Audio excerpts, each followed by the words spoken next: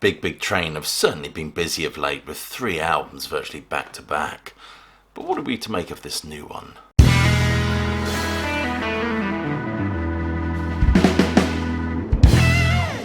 Welcome classic rock fans to a short review of the new Big Big Train album. If you're new to this channel, please do click like, subscribe and check that notification bell. And check some of the links below this video for ways you can support the sterling work done at Classic Album Review.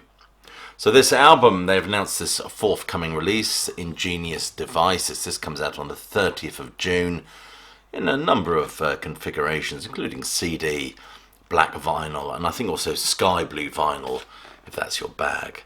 I will of course put the purchasing link just below this video. This album features reworked, or new versions if you like, of East Coast Racer, Brooklands and Voyager, and also features rather prominently a 17-piece string section that was recorded at the Beatles' old stomping ground of Abbey Road. These tracks have not only been embellished but have been remixed and presented here in a kind of a new configuration to bring out the more thematic links between them. So you could say this album feels like a bit of a prog hodgepodge, a collection of odds and sods, if you will. And I always get triggered when I'm told that an orchestra's involved or they're adding strings to things. I'm thinking of it's going to be the long and winding road all over again.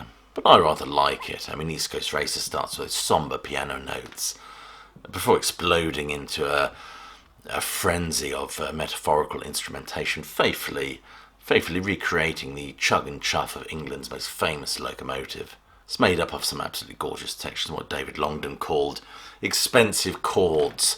No idea what he means by that. But I love the strings on this. It gives the whole thing a gliding feel at some point.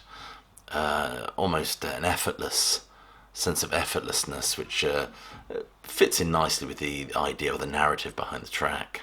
This track to me is beautifully emblematic of a triumphant moment in British history when the Mallard put down that marker for British engineering. Additionally, this album features an orchestral piece called The Book of Ingenious Devices, which actually links East Coast Racer and Brooklands together.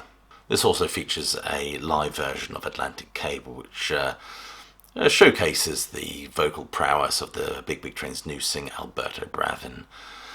This was recorded on the band's tour last year, I believe.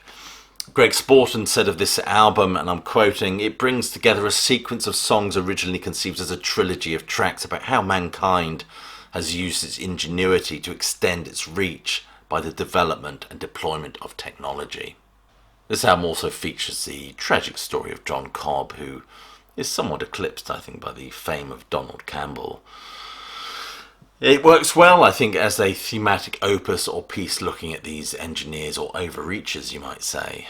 People who help spark, I think, or sustain an interest in Britain's industrial future. I must admit, listening to Big Big Train, I tend to get all teary and nostalgic. I don't know if that's what they're going for.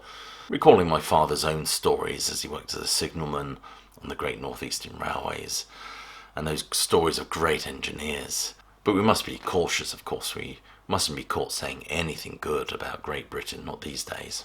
And the orchestral sections work beautifully and add depth and emotion to these pieces that are imbued with triumph, I think, and pathos in equal measure. Certainly as we look back on an age that was defined by ambition and innovation.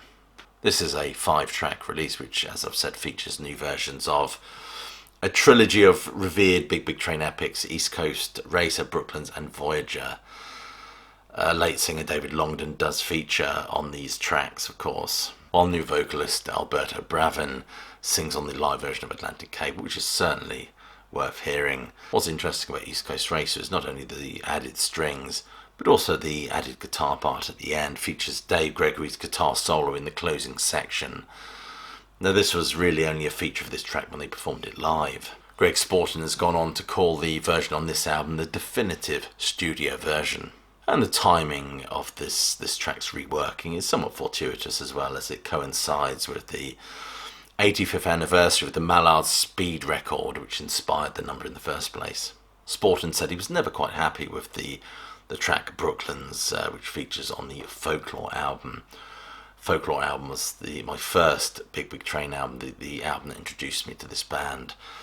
It was a track actually described by Andy Poole as overproduced and a bit of a pig's breakfast. And this unhappiness with the number, I think, led to it generally not featuring the band's live repertoire.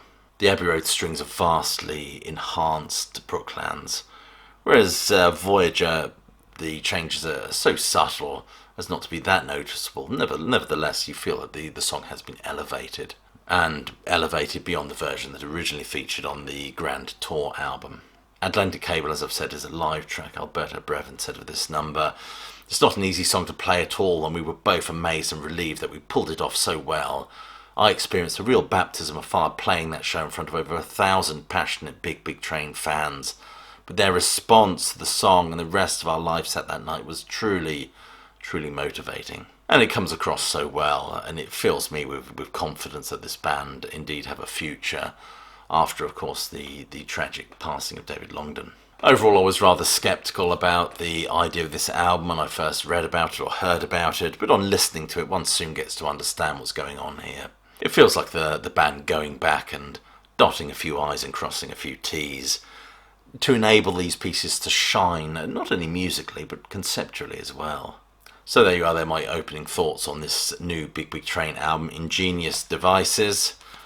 This will be available on the 30th of June, and I will put a purchasing link just below this video. If you've enjoyed this review, please do consider sharing it, liking, subscribing, and checking that notification bell, doing all that stuff. It all helps the algorithm, it all helps us to grow, which is no bad thing, I think. Anyway, thank you very much for watching. I'll leave you my closing salvo, which is, I hope you're well, staying safe, and you keep listening.